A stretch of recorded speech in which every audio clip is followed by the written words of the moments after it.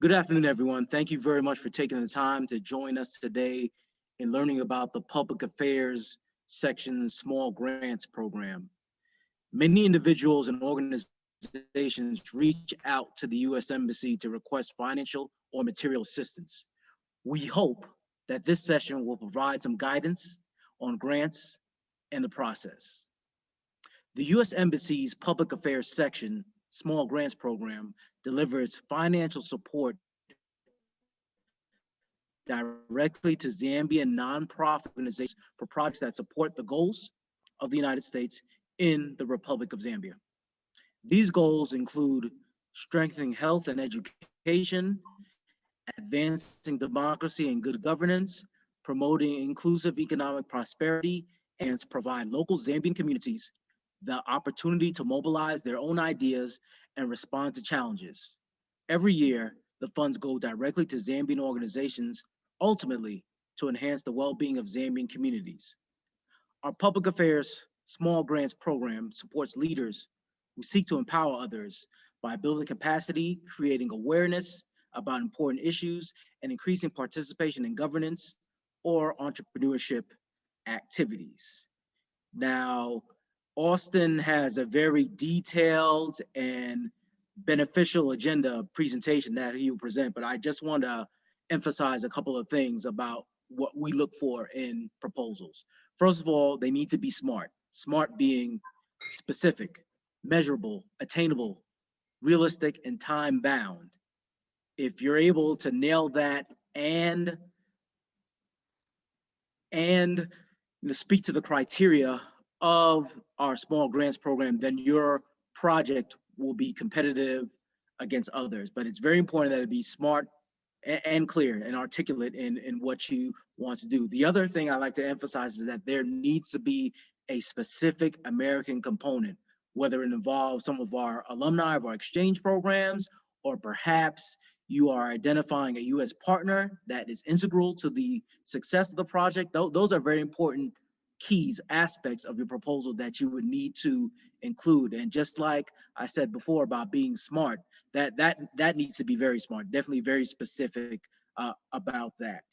And also this time I'd like to take an opportunity to put in a plug for some of our other small grants programs that can be found at the U.S. Embassy. This is outside of the public affairs section, and I'm talking about the PEPFAR small grants program and the ambassador self-help. It's similar to public affairs, and these are some grants programs that are looking to empower Zambian communities, but the PEPFAR and the ambassador self-help program have a slight nuance, different focus. And I encourage everyone to take a look, to review the U.S. Embassy's website, where we have all the information about our small grants.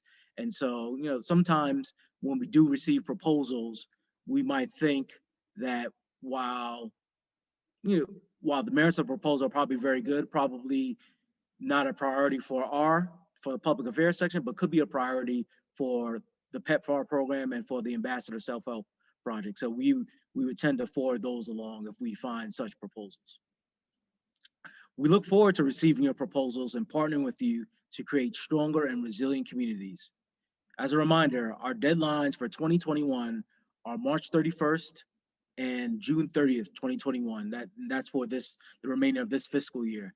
The US fiscal year goes from October 1st to September 30th.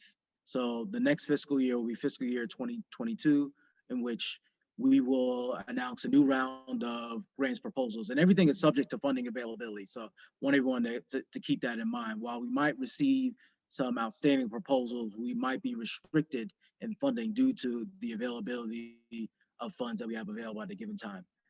Well, thank you all very much for listening to my opening remarks. You will get some rich information from Austin. And so at this time, I'd like to hand the floor over to Austin.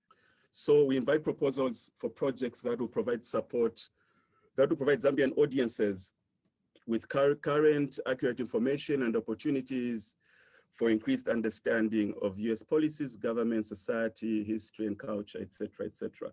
Sean mentioned these, that you do need to add a US component to your application. I'll share a little bit more about what that would look like as you submit your grants. So the US Department of State is one of 50+ US government agencies, that provide awards, grant awards all over the world. So I would encourage you to go to www.grants.gov for information about the different beyond public affairs. Some of these are by USAID supported grants, some of them are CDC. So grants.gov, make sure that you take note of that website. So again, just to stress, the public affairs section is not a development agency. Our focus is on public diplomacy initiatives. You're going to see what those look like in a few slides. Eligible applicants must be non-profit organizations, education institutions, or in some cases individuals, in rare cases individuals. We cannot make awards to profit-making enterprises or profit-making companies. So when I say that, PD, Public Affairs Section, is not a development agency, I mean that, we are not, again, we're not looking to construct schools or health clinics or things of that nature. You would have to look at, like PEPFAR, for example. We receive more grant applications than we can fund.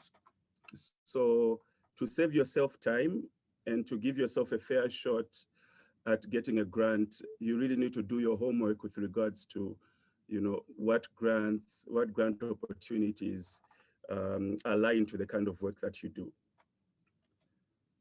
So we have got what we call a notice of funding opportunity or annual program statement that outlines, the different topics, the different themes that we are looking to support in public affairs. So funding opportunities. So we have mission goals, and our grants are aimed at supporting these mission goals. So your activities as you apply for grants should align with these to promote entrepreneurship or inclusive economic prosperity, to promote health and education, democracy and good governance, as well as peace and security. So if you want to learn more about our mission goals, these goals are expanded. You can find information about these goals when you even via Google search US mission goals in Zambia, you're going to face goals integrated for Mission Zambia. So you can then learn, I think once you know what the mission goals are, perhaps it could be easier for you to then align your grant applications to those goals. Integrated country strategy, that's what ICS stands for. So do a search, you learn about the mission goals, and then of course you go also to the, to the notice of funding opportunity, so that you can further streamline your application to what the funding opportunity is looking to fund. So of course we cannot fund partisan politics, fundraising campaigns, scientific research, travel to the United States for family or social purposes. I would love to go to Disney World just to, to unwind. Unfortunately, a grant will not, you can get a grant to do that, unfortunately. So scholarship and tuition assistance, commercial for-profit endeavors, prize and competition awards are not funded under our grants program. So again, this is just a summarized list. When you access the notice of funding opportunity, you will see that there's a lot more than this that we don't fund. On partisan politics, certainly we don't fund that. What we do is we do promote civic participation, encouraging people to participate in democracy and good governance activities. Encouraging young people to be be civically involved and to be, youth leadership opportunities. We discuss the areas through which you provide, grant support. So these are what we call, these are our mission goals, as I mentioned earlier. And just to give an example of some of the projects that we funded over the past year. Some are still ongoing, they're less than a year old. Some started a couple of months ago. So we've got programs such as an organization called Eligibility is conducting, is promoting human rights and voting among persons with disabilities in Eastern Province. And they're specific in Chadiza and Chipata in particular. They're engaging persons with disabilities so that they can participate in voting processes, in democratic processes, and exercise and develop their youth leadership. So that's in light abilities. Other grants include Sotambe in the Copperbelt province, who are conducting a mobile filmmaking mobile filmmaking project in Chipwemwe in the Copperbelt province, where they're equipping young people with skills to make film. Others who use their phones to digital content. There's the grant life cycle that where we have the funding opportunities and application review. Award decisions are made, and then post award is where the grantees would then implement. So let's get right into writing proposals, because I think this is very important. So as you write your grants proposal, you need to ask yourself, what is it that you care about? So what do you care about? Is it about, more youth accessing services? Is it about, is it GBV? Is it, entrepreneurship and how young people can, can realize their entrepreneurial potential? So you need to sort of introspect and share and think about, even as you write your grant, what do you care about? So once you identify that, and you identify that your community, has a need, or there's a gap for a particular,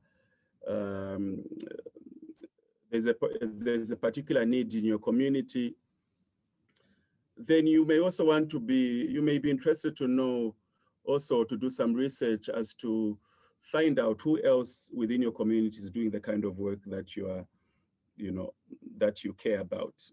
Can you partner with them? What are some of the gaps with what they're doing? Because once you identify the community gaps, that's when you can develop an idea to address or meet a specific need. So it starts from recognizing where the gap lies with some of the things that you care about, and then seeing what input you would then provide and inform for your grant application. Clearly address the goals and objectives of the grant opportunity, most certainly. And then you also need to define specific indicators that would measure success. So what does success look like? Is it more young people participating of GBV? Is it HIV and AIDS that you care about? Whatever the case may be, do you have a skill which you can use to help young people that are employed to build stuff? Can they learn about using phones to make films? Whatever the case may be, then you can then use that kind of background to to write your grant and then measure what those objectives would look like. For annual program statements, proposals are accepted on a rolling basis. So the current program, the annual program statement, which is the call for proposals, in other words, has a March 30 deadline as well as a June 30 deadline. So you have time. You have just over 4 weeks to compete for the March 30 deadline. Again, the annual program statement is available on the U.S. Embassy website, zm.usembassy.gov. You can search in Google Public Affairs section, Small Grants Program. Then it will take you to that link. So of course you then submit, your application to us in Public Affairs. We'll talk a little bit more about now what a narrative, submitting a narrative proposal. So you should always have a short, 1 to 2 paragraph executive summary.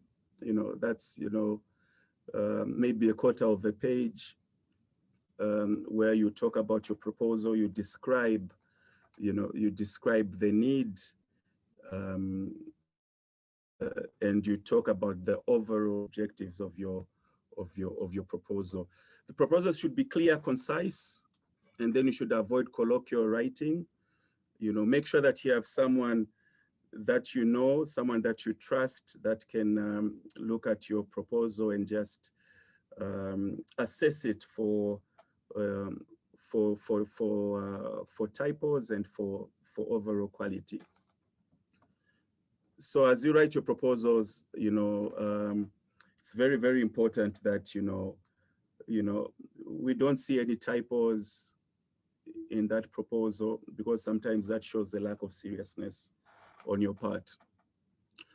You should include all relevant information, leaving nothing to question. You should avoid unsupported assumptions. Okay, and then of course your grant should then, your application or your narrative proposal should link to the goals and objectives that are stated in the funding opportunity. So again, if your activities are perhaps centered around, for example, if your activities are centered around HIV/AIDS prevention, and those kinds of activities, or you're looking to care for orphans and vulnerable children, then maybe the public affairs section small grants program is not one that you should be applying for. Maybe you should be looking at the PEPFAR small grants program that sees, as well as doing more work around HIV and AIDS prevention. If you're looking at projects that have to do with creating, schools, hospitals, other income generating activities such as, for example, beekeeping, animal husbandry, block making, activities that are supposed to, that are creating employment for communities, especially rural communities, then maybe you should be looking at the Ambassador Special Self-Help Program. So know which project aligns closely to, aligns closely to what you're trying to achieve, so that you save yourself time and you increase your chances of submitting a strong proposal.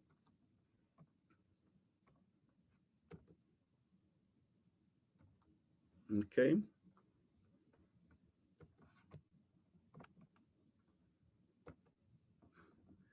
So proposal format. This is the general format for our grants proposals. Organization description, you describe your organization. I'll share one of our applications form later on. Organization description, you provide an executive summary, you share what the American component, why should we, why should the U.S. Embassy care about your initiative? And how are you,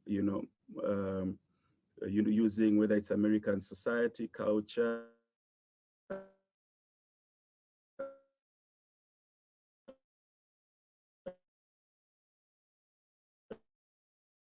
resources, speakers, this grant program. So provide a justification as well as a target audience, your project goals and objectives, project activities, monitoring and evaluation plan, personnel sustainability plan, communication plan, as well as a budget. So we'll go into this just a little bit more. So in the organization description, of course, you talk about your organization, you need to be a registered organization. What are your goals? What are the objectives? We also want to see what is it that you've done in the past. Will this be your first grant? Yes, no. Where have you received funding before? What are some of the activities that you've implemented? So keep it brief and interesting. Don't give us pages upon pages where you describe your organization.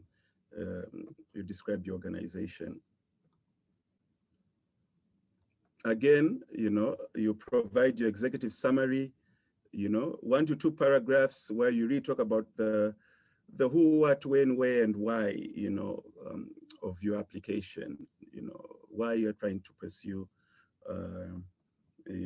this need that you've identified, who's the beneficiary, when are you going to conduct these activities, where, why, and then you highlight your application.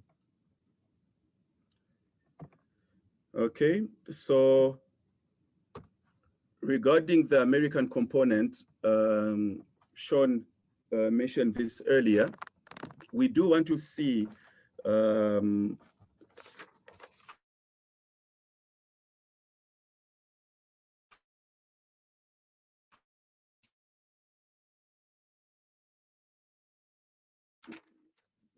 what the American company, you need to answer some of these questions. How does the project address one of the embassy mission goals? So it starts from there, how are you promoting,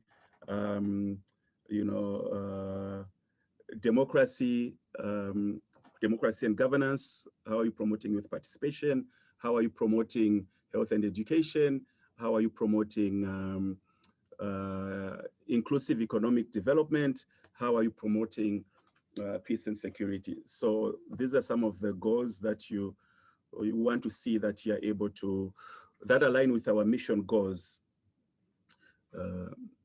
And that should, of course, be present in your grant as you apply for funding.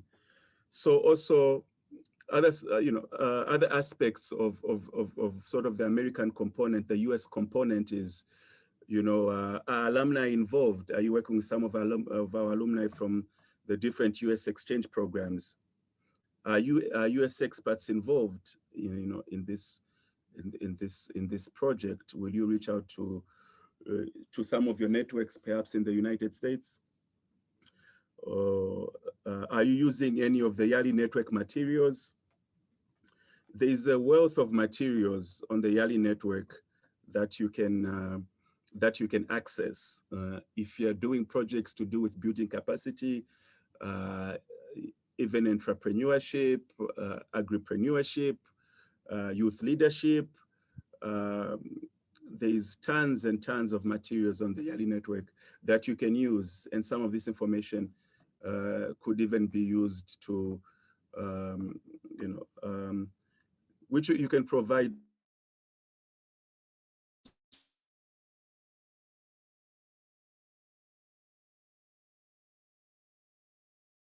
to some of the participants of your project. So make sure that your website, visit, there are free online courses on there. There are different campaigns, as well as many other information that can be useful for your own personal development. Some of it for your grants, grassroots mobilizing, and many other topics. There's more than 20 or 30 courses there, free courses that you can access. So how does the program provide a better understanding of the United States? So we want to see that. Remember that these are grants. These grants are funded by the US government, and these monies come from US taxpayers. So we're interested in seeing that, there's a US component in those grants. So who's your target audience? Here you have to define, the population that you're serving. Who are you trying to reach and why? This is very important because it helps you to go back to the need that you identified, and your target to should be aligned to, should speak to the need that you are trying to address. So be specific, how many people will you reach? Sometimes there can be more than one target audience.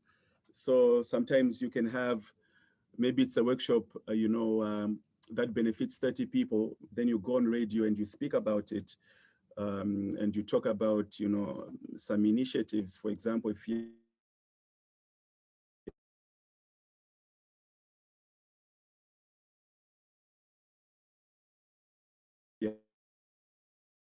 raising awareness about a cause, then secondary benefits, as the example states there, a project that targets youth during a one-year grant period, for example, may also have additional beneficiaries in the long term, especially. This could be parents or members of the community.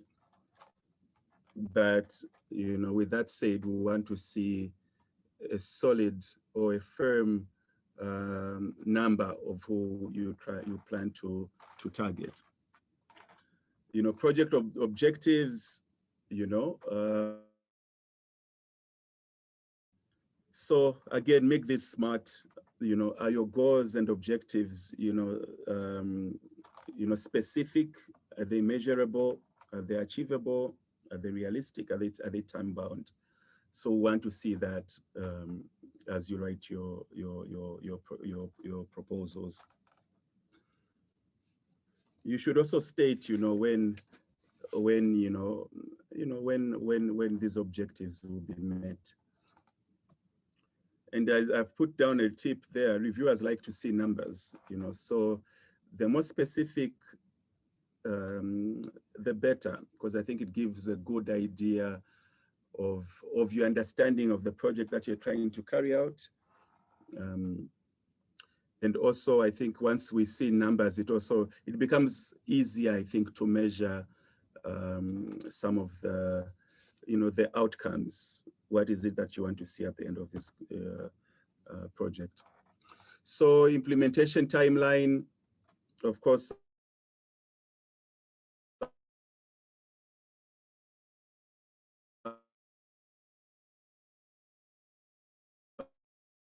that speaks, share with us what that would look like. Who are the key people that will be implementing the project?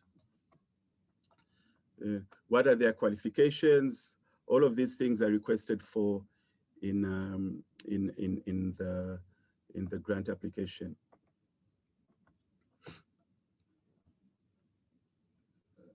So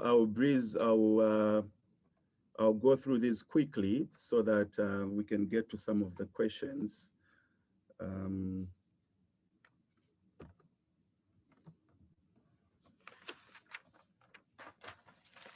Key personnel, who are the people that will be implementing the project? What are their qualifications? And so on and so forth. So project partners, are you partnering with others to implement the project? Is it clear what the project partners will be doing? Mind you, there could only be one grant applicant, so you then have to be, to set clear boundaries for what you'd want to achieve. What are the responsibilities, and so on and so forth. Yeah, so again, I mentioned this a little bit earlier, monitoring and evaluation, define specific indicators that would measure success of the project. What does success look like? Is it more people accessing certain services? Is it, behavior change? Sometimes this takes longer, but you can, is it knowledge building, and so on and so forth. And you can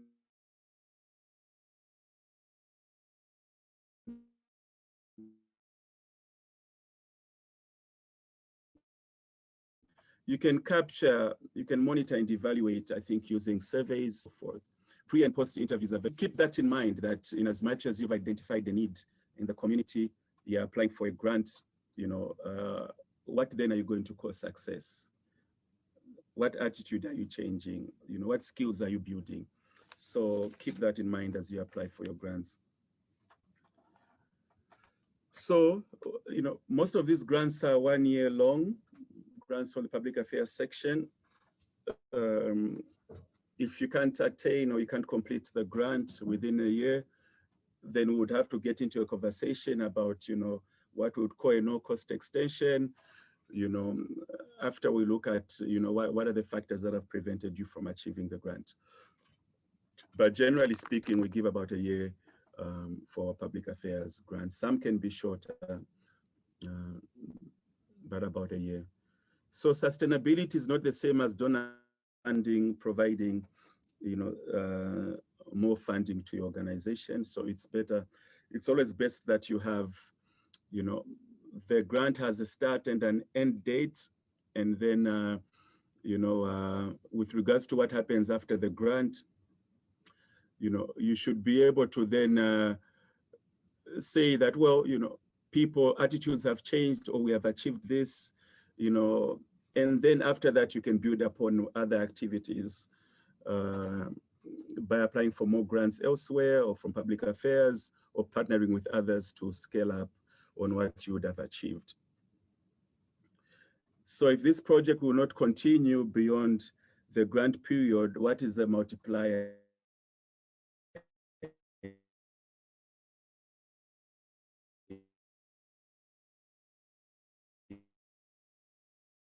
effect? It should live beyond the grant period. So what is the multiplier effect? Have people now taken up more seriousness with regards to their role in, for example, keeping government accountable, if that was your grant, where you're learning or sharing, promoting youth leadership?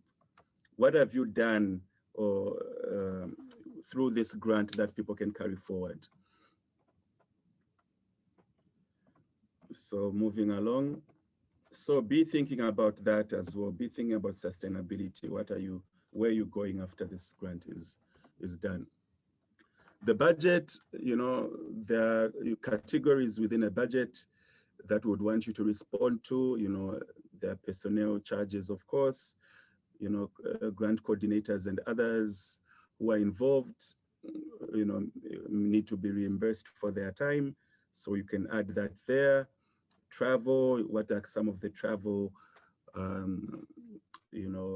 travel expenses, supplies, etc., etc.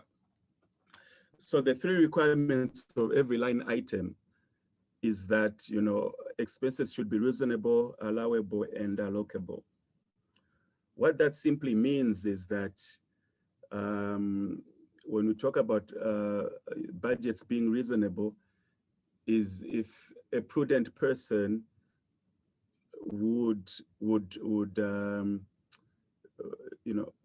reasonably acquire, the services or the costs that you present in the group.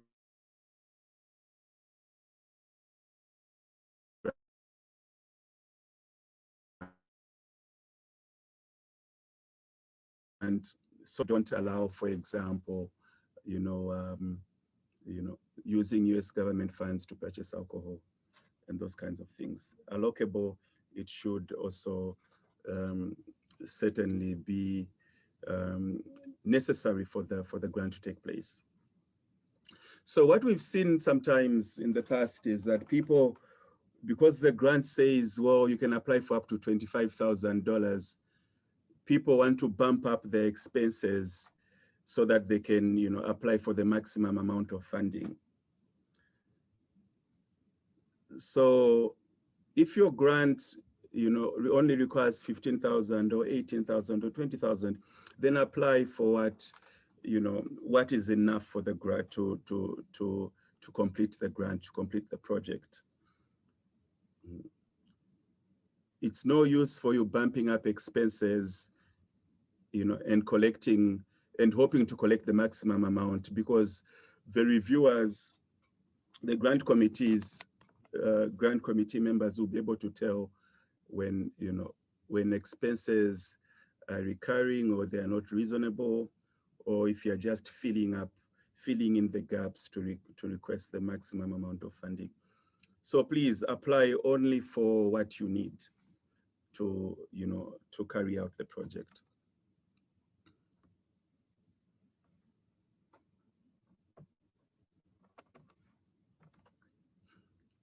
Eligibility and submission. So NGOs, think tanks, civil society organizations may apply for grants. Profit-making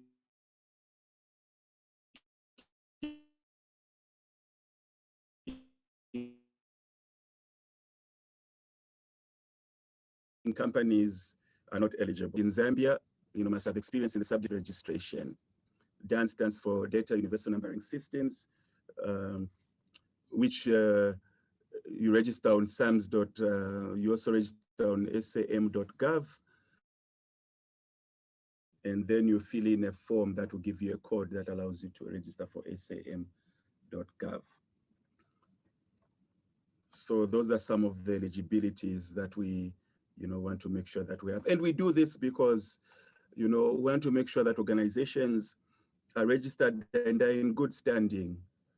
Eligibility, yes. So we are, of course, is the grant responding to the call for proposals? How does the grant align to what we were asking for in the call for proposals? Have you responded to all the questions? Have you identified the need? Have you responded to all the grant questions?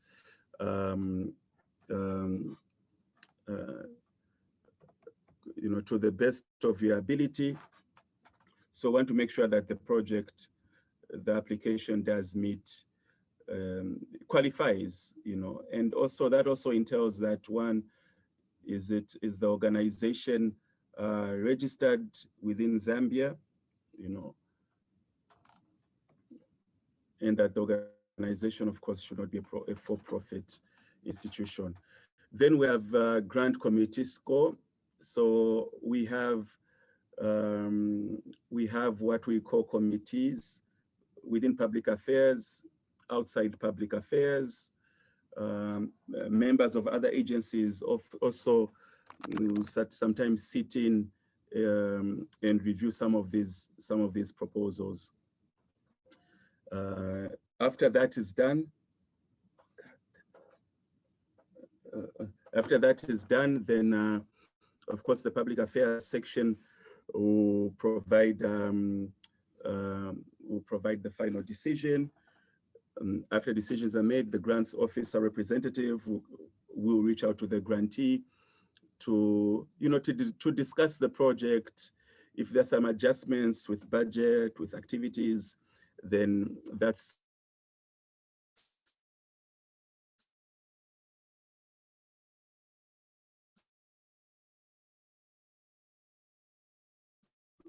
where that, and then for some grants, we need approval from most importantly, all this funding, the grants funding, is subject to availability of funds from the US government. So that's what the review looks like. And then, you'll get your award documents, award provisions, where we then outline what you can and cannot do. We'll share with you the terms and conditions, as well as share with you other information as you are ready to embark on your project. So narrative reporting, we expect that once you get your grant, you're able to report back to us, and this can be done in different ways and at different times, depending on the length of the grant and also the kinds of activities that you are undertaking. So you need to detail the project activities, the number of participants, provide examples of how goals were met, provide photos, copies of materials or other items to show that activities took place. So you need to report. You need to detail some of the challenges that maybe you encountered and some of the ways or what you did to overcome these challenges. You can also detail best practices you may have discovered that would benefit others. Have you come up with a novel way of doing things? We want to see the highlights of your project. We'll also request for you to provide a report of how you spent your the funds.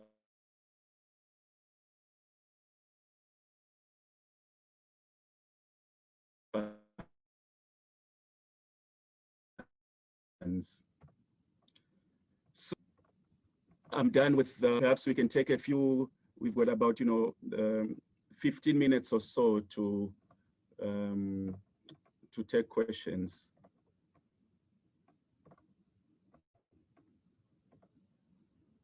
So what are some of the questions that you may have? Over to you. I know I started answering some in the chat, so if you have more, Andrew, are we enabling people to ask their questions verbally? I think we have a lot of people that are in the chat room, and that might create a lot of distortion.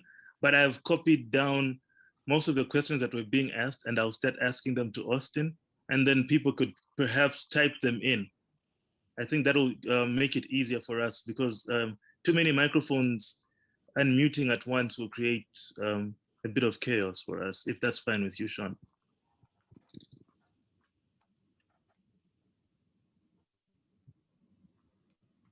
Is that fine for you, with you, Sean? Oh, no, thank you. Yeah, I think that makes sense. But can we do the raise your hand thing? Can we enable people to raise their hand, and then we can call upon them to ask their question? Just only allow them to unmute, or will that cause too much confusion for you? I mean, whatever's easier. People start. We can do both with the chat, and then if it's easier for people to ask verbally, I think if we do that, we got to use the raise hand features and just call on them. Okay, those that have questions can raise their hands, and then so we can go both ways. So Andrew, why don't you start with the first two questions from the chat? Preferably one I didn't answer already. I don't know if you were keeping track, but if you want to keep track, don't worry. Okay, there's one question that I think you did not answer. Do you consider newly established projects, or do you only look at those that have been in existence for some time? Yeah, so as a matter of fact, I did answer that one. And we do look at proposals from new projects or new organizations. Just know that on our part, it is of greater risk to fund someone who's never had, let's say, any project management experience or even worked with us. But if you can demonstrate, if it's a new project, or if your organization can demonstrate that it has prior experience in managing other projects, not necessarily funded by the US government, please put that in there, because we highly consider organizational capacity to carry out the project a key factor. If your organization has no experience, then I would encourage you to find a partner, an organization that does have experience in doing an organization, or otherwise, I mean, we'll still look at it if your proposal is very strong. And what we might consider, if we think it's a high risk but a very good project, we might consider funding the project as a cooperative agreement. Thereby, the embassy will have a stronger role in administering your project. Over. Okay, I'll unmute a few people. Daniel Peary.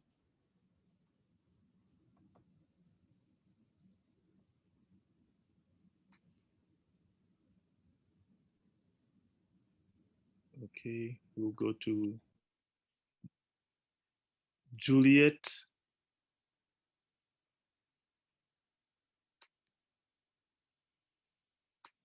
Okay, I think let me just go over the other questions. Do applicants need letters to support? Hello.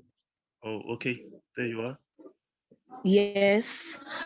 Good afternoon, everyone. Good afternoon, USA team. This is Juliet from Tracker, Teacher Response Against Child Abuse, Kalabo District. I'm just here to bring an appeal we have a lot of CBOs and the other NGOs in the communities that are so vulnerable, but they have a good mission and vision to the communities. So my appeal is, if you could get on the ground, because it's not everyone who could access this information and this opportunity for this conference. But I appeal that if you can get on the ground to the community, you find a way of reaching in the community so that you capacity build and empower community-based organizations that are aiming to help the vulnerable people on the ground in the communities. Most of organizations are doing well, and they are mainly in towns. So these in the communities, on the grassroots of our societies, they are not really being helped. So if you will see USA Embassy team in Kalabo district, in Ilukulu, Kaoma, who appreciate. Thank you very much. Thank you. Hello, Daniel Perry on the line. Hello. Please go ahead, Daniel. We'll take two questions, yours and Juliet's question. Thank you so much. I think Daniel Perry comes from organization called Zambezi Writers Corner. We are into improving literacy in our communities, more specific among school-going pupils in terms of reading and writing, as well as improving, providing information to them so that they are well informed.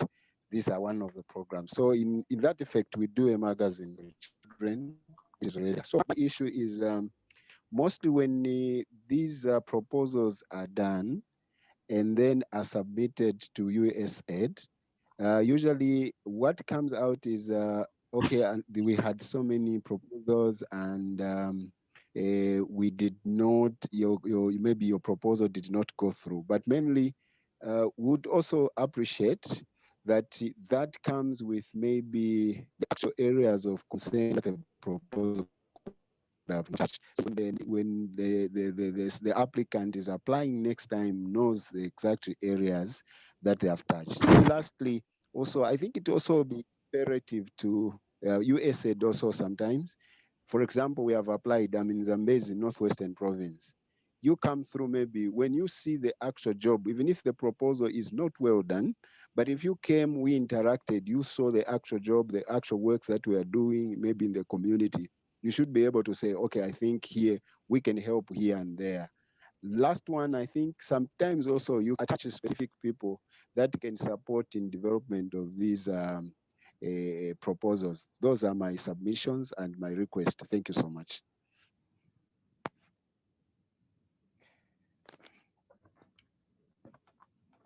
Thank you very much, Mr. Daniel, and thanks to you also, Juliet. I'll respond to the comment from Juliet about having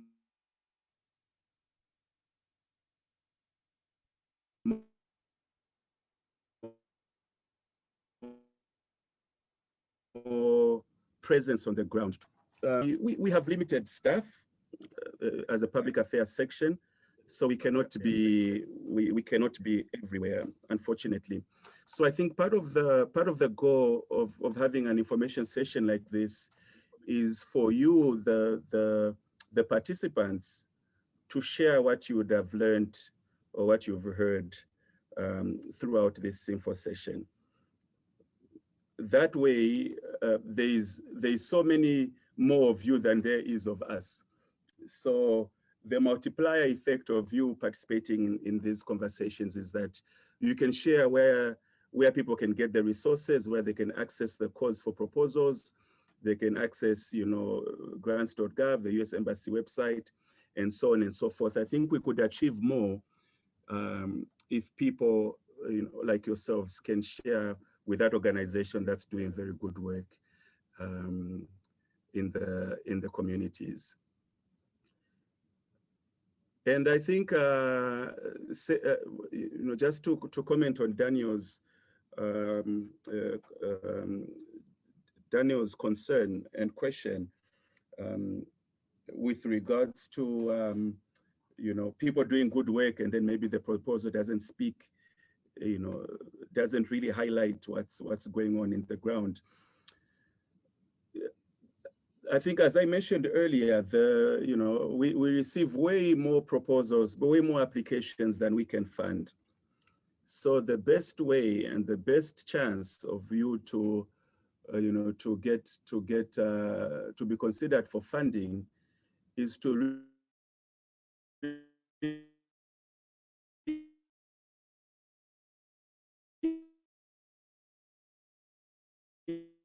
really align, making sure that you have someone proofreading the proposal for completeness, for accuracy, and so on and so forth. Because unfortunately, I think we don't have the opportunity to see, usually to see people's the kind of work that people are doing on the field. So it's the proposal has to speak to us. It really has to demonstrate and show the good work that you are doing. And I must say that, people that receive grants usually apply more than once, more than twice, more than 3 times. So as you make your applications, be mindful that the more you apply, the better you get at applying. And then also, I think as you look at also other partnerships that you can forge beyond, to achieve what you need to achieve in your community. And then also make sure that you broaden, your applications to increase your chances of getting funded. Thank you. Hello, everyone. This is Sean. I just also add that, and I tried to make this distinction in the beginning, these are public affairs grants. These aren't USIDS does have grants, and PEPFAR does have grants. And I know it's easy for the public to see us as one entity, as U.S. government, which doesn't make sense. But I just want to distinguish that these are public affairs section grants that might differ than some of the ones that really are focused on, let's say, grassroots community building, like some of the PEPFAR grants and the Ambassador Self-Help. So just want to make that clear. Thank you.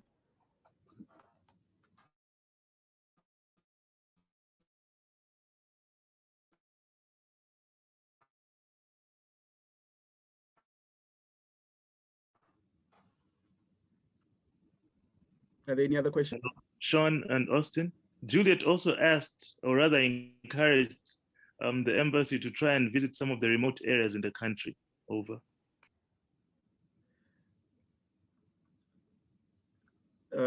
Yes, and I think I mentioned that we do carry out outreach, as we in the public affairs, as well as others from the different agencies and different sections. But of course, we can't be everywhere, especially now that there's COVID. We have more. There are more restrictions to to being out there doing outreach. So, I mean, my response to Juliet is that make sure that you're able to distinguish,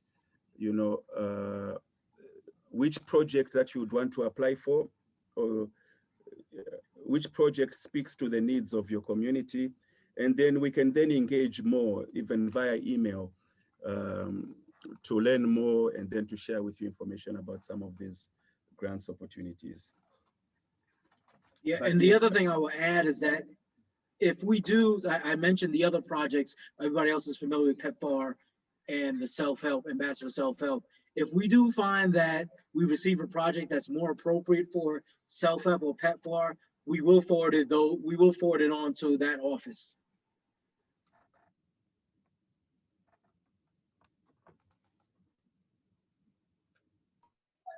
Okay, Astrida, you might go ahead and ask your question. Good afternoon. I wanted to ask about the funding ceiling.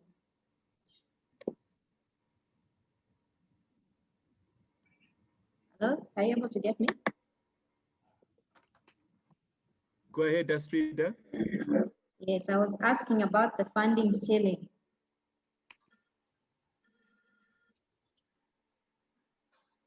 So the funding ceiling this fiscal year is 23,000 US dollars.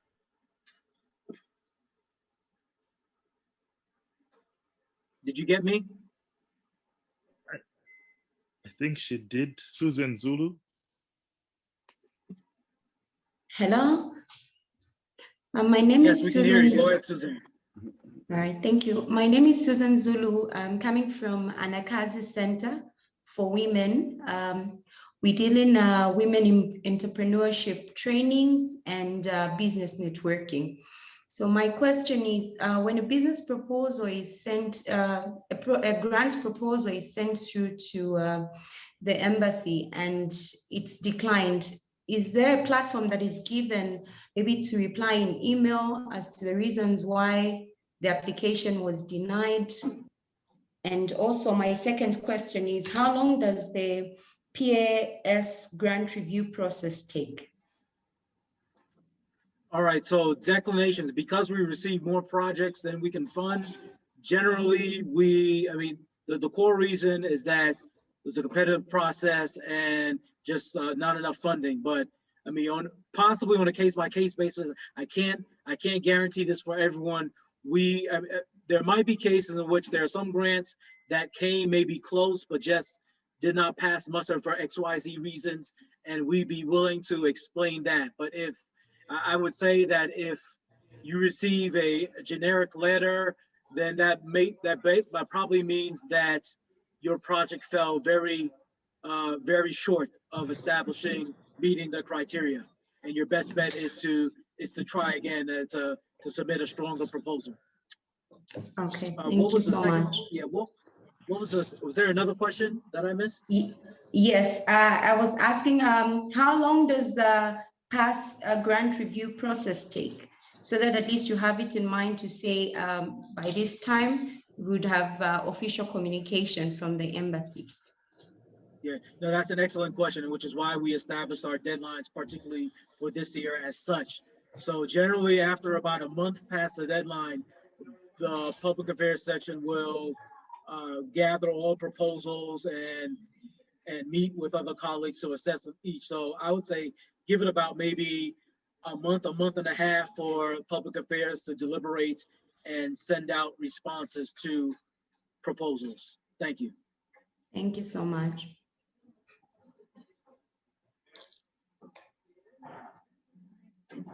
Roy, you can go ahead and ask your question.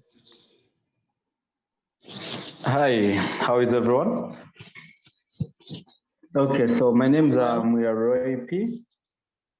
From Teteza, also known as the BP My Concern, an organization that we are working on to reduce maternal death caused by blood pressure by 25% through a BP maternal death fight project, as well as to have one Teteza BP center in each community, also to provide nutritional supplements with the recommended levels of potassium. Now, most of my questions have been answered because they are similar to what most people have asked. However, my concern is, if we are saying that these grants are being given on the basis of seeing improvement on the areas of interest that you have mentioned, for instance, since us we are dealing in blood pressure, meaning we're in health category. Now, if the aim of the grants are to make sure that we see improvement in the healthy sector, then when you receive proposals of these people that want to be given grants, if their ideas seem to be way too genuine and they would be of great help, why don't you help in linking them with bigger organizations? For instance, us as Teteza or BP My Concern, if our idea or something that would be of great help to the community, if you as an embassy, let's say we have written a proposal to you, and then you have seen to say, okay, maybe these people are not yet qualified, but their organization is something that can be of great help, let's say to the healthy sector, then why not link BP My Concern or Teteza to a bigger organization that deals in a related field? By so doing, it would be easy for most of the brilliant ideas that are there in community right now to grow. Thank you. Okay, thank you very much for your question. And I would just rebut by saying it's up to you as the